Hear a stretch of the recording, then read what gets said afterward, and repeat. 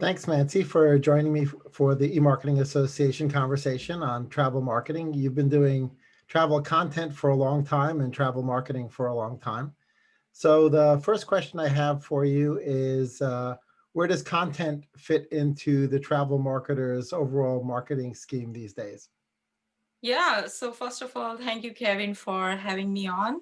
Yeah, that's really a great question. So I would say that content marketing can fit everywhere. It's like all over the place on the marketing plan. And content marketing is not a standalone techniques, it's a first line techniques that drive uh, different types of marketing efforts and marketing plan. And before the content marketing, before the marketing plan, if I talk about the organization point of view, so in content marketing that serves within the organization at various functions like content, brand content or brand storytelling or journalism, right? And how that content fit into, and after that it comes to like uh, to any standard marketing plan. So I would say that it plays vital role for any marketing plan. Like, let's say example, if you're gonna be promoting any destination or any trip or any luxury resort, so how that content align with voice and with essence of brand that increase like more demand generation or awareness, early engagement, that most likely to be converted into inquiries and bookings. And if I were go more deeper on it, and if you, let's say, think about uh, at any stage of marketing funnel, let's say example, if we don't discuss any brand offerings, but still we need to convey that type of message through content or marketing that can increase the customer retention and upselling. So I would say that content marketing is a most critical job and task for any marketing plan, and it can fit everywhere. So content marketing is marketing itself. I would say that. Right, right.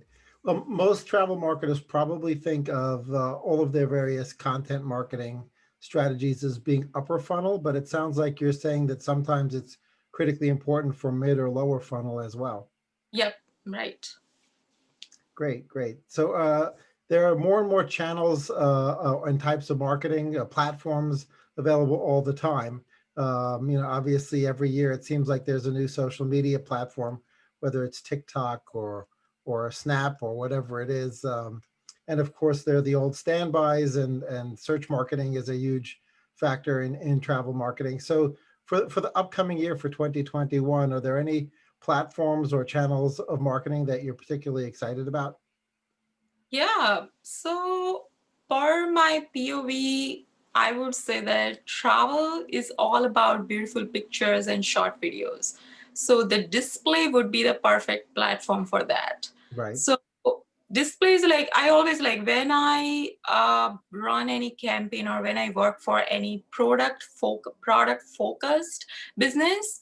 So I would always recommend that display would be the first, because you can show like more visual side of it, or visual display advertising, and like it can create like more awareness, early engagement before user go and start searching for it, right? So display would be the perfect platform, I would say that, and I would love to do that.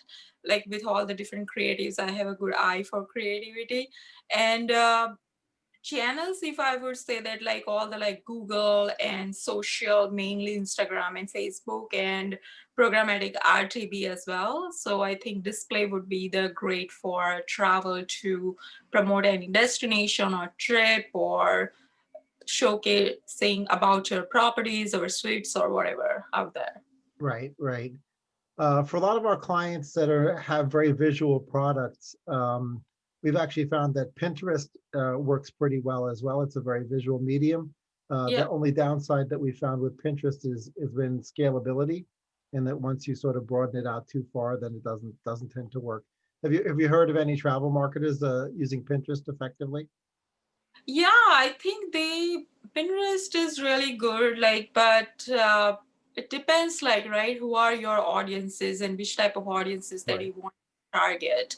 Like sometimes it's like one over other. Like sometimes your more active followers and listeners are on Instagram, but Pinterest is more about creating, not writing so much content on it, but like creating more like a board and pins and something like that. So it like you have to first like nail down like where your active users and active followers are. They most likely to create more engagement on your every single post. So I think based on that you could just kind of narrow down it, and then you can like go with that in order to create the content, or how frequently you want to post there, or that kind of stuff. Great, thanks. Clearly, the travel industry is having a very difficult year for 2020, and 2021. We all Yeah. hope for a recovery in the travel category, and the two broad categories that people think about with regards to travel are sort of business and leisure, and then within leisure travel, there's obviously the luxury market. So, uh, if you had to guess, which markets do you think will recover first in 2021, or once there are enough vaccinations out there, the travel restrictions are lifted? Where do you think that the first pop will be in the travel market? Yeah, sure. So after this lockdown, when I was like a little bit research and study about that, okay, how this travel will work and how it will return. So I always, one thing I will have in my mind, that I would say luxury.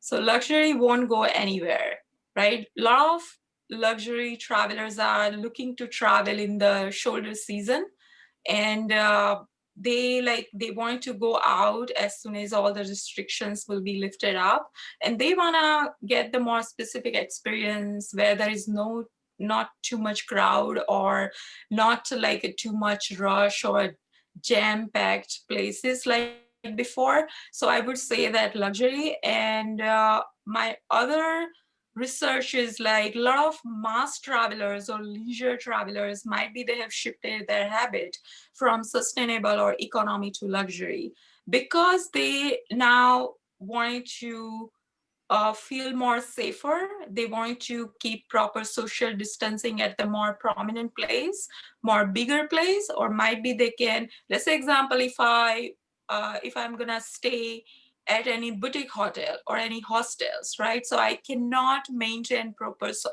social distancing. So maybe I will step up for luxury.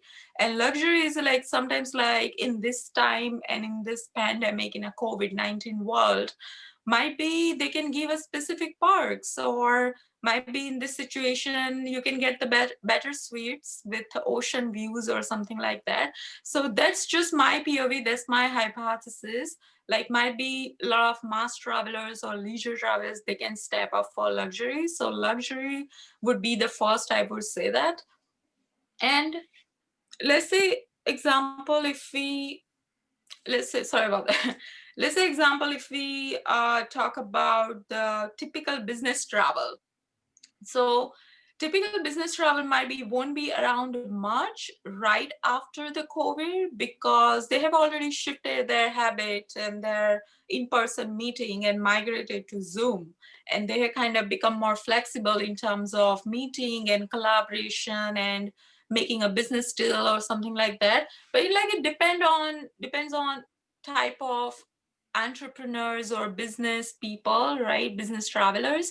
Like let's say example, if I talk about some of the expat communities, those are the entrepreneurs and those are living digital nomadic lifestyle, right? So they have to travel, right? Even I know some of the groups and some of the private social network that I have member of, and they were living in Thailand, and Thailand is empty right now. It's completely ghost town. So they have moved from Thailand to Europe. So maybe they have to travel.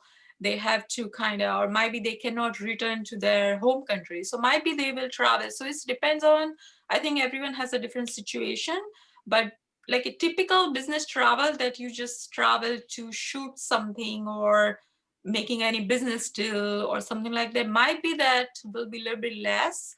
But I think as soon as the travel will return and like get back to normal, I think that will start again. Great. Well, I agree with you that there's probably some pent up demand for travel among the leisure traveler in particular, or the portion of the consumer that can afford, leisure travel, which may end up being discounted for the next 6 to 9 months. So it'll be interesting to see how that evolves as the travel industry recovers. We're not sure if it'll be a quick recovery or a long-term recovery. So Yeah. thank you so much for joining me for the interview, and look forward to joining you and watching what happens as the travel industry recuperates. Yeah, right. Thank you so much for that.